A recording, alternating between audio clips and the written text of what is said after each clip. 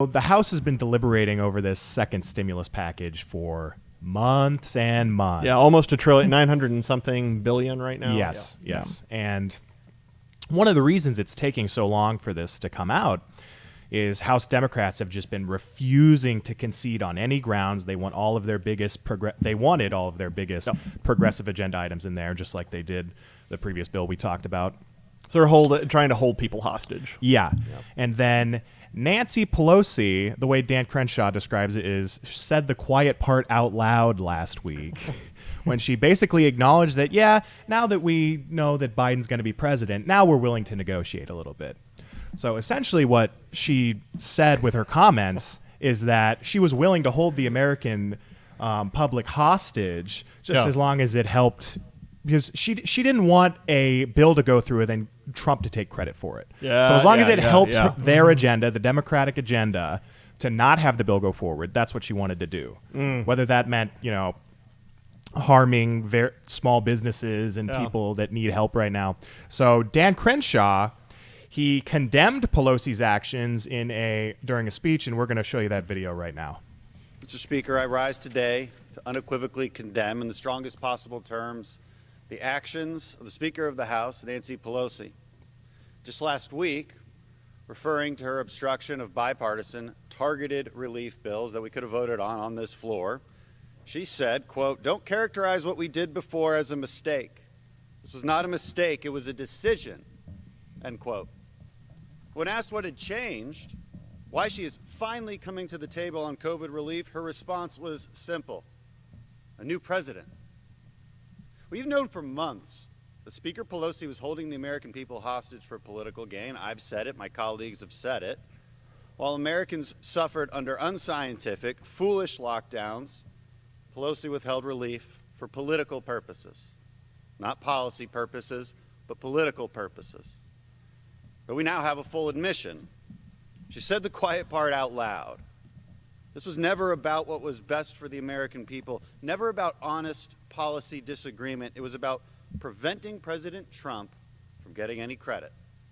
It was about politics. Truly brilliant oratory there from Dan Crenshaw. Yeah. Yes. I hope you could hear that, because we couldn't just then. But So I trust, though, that it was brilliant, and pray that you could hear it.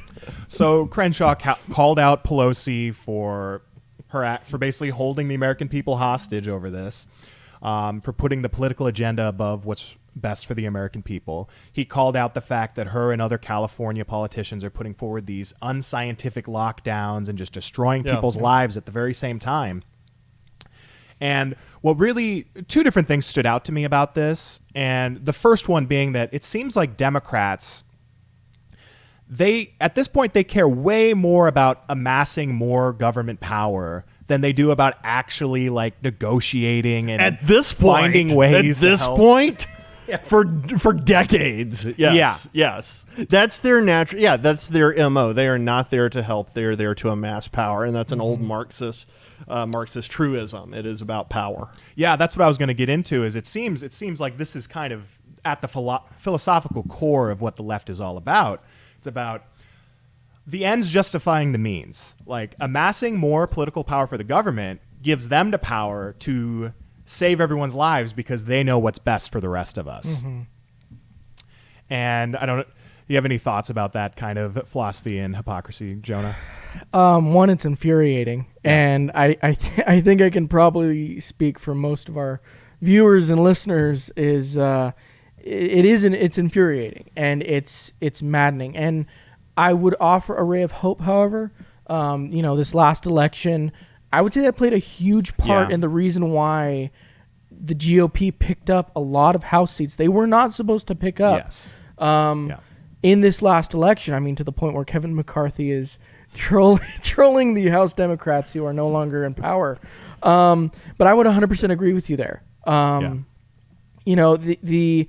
The thing that we've seen from Democrats for decades, Josh, as you said, is they look for every opportunity they can to take power away from the individual, whether that is county, whether that is person to person, whether that is the states. They take as much power as they can grab, and they bring it to the federal level. And again, you're seeing that in the lockdowns as well. You're seeing that with Governor Cuomo, Governor Newsom releasing these blatantly anti-scientific lockdowns that are not shown to stop anything. That was a big part of what Crenshaw was going off about, was the lockdowns. They obviously don't believe in them because they're not even following their own rules. We've covered so many stories on WJ Live about Democratic politicians breaking their own COVID rules. It's good for ridiculous. thee, but not for me. Well, not even. And we're back in this. I can't remember who I was reading yesterday, but we're back in this situation that we were in right after 9/11, where you can go back and look at footage from pundits in the weeks and a few months after 9/11 saying, hey, I wonder when things are going to get back to normal in the airports. And here 20 years later, 19 years later, we're still taking off our freaking shoes every time we go through. The government does not give up power once it gets it. Democrats don't give up power once they get it. You were about to say something. I was just going to say that, I mean, and it's not even the Democrat officials. And for me, this has been particularly demoralizing is you see the medical experts, the ones that we are supposed to look to for the answers during this crisis, during this virus, and they're not following what they're ordering politicians to do. Yeah, that's true. And well, and that's confused as well. I have a dear friend. He's actually one of our, he's a medical editor for us.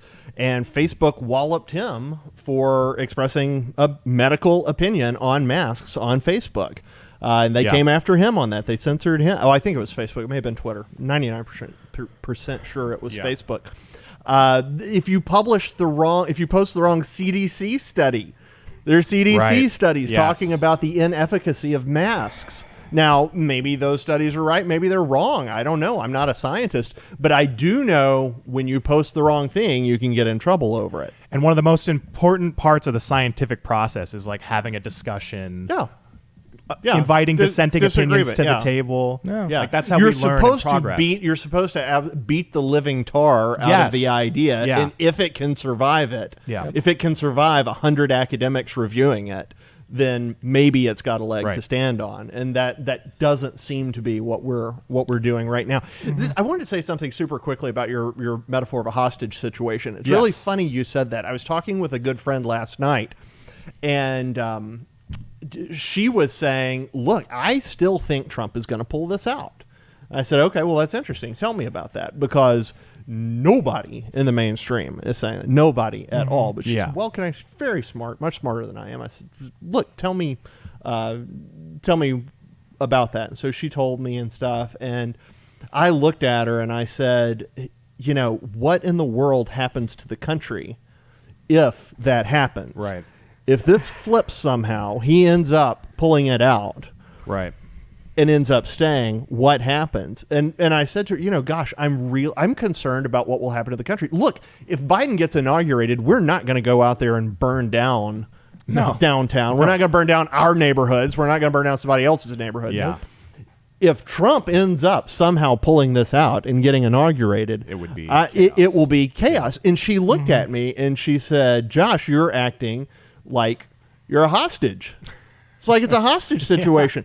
If they are banking on this idea that if one group doesn't do what they want that group to do, which is allow Biden, just roll over and allow Biden to have the White House, then it's game over. They're gonna burn things up. They're gonna come in and wreck up the place. Well, you know, in the days leading up to the election, you had so many small businesses in big cities boarding up their businesses and saying, "Oh, hey, it's a black-owned business." Black-owned, Those are minority-owned.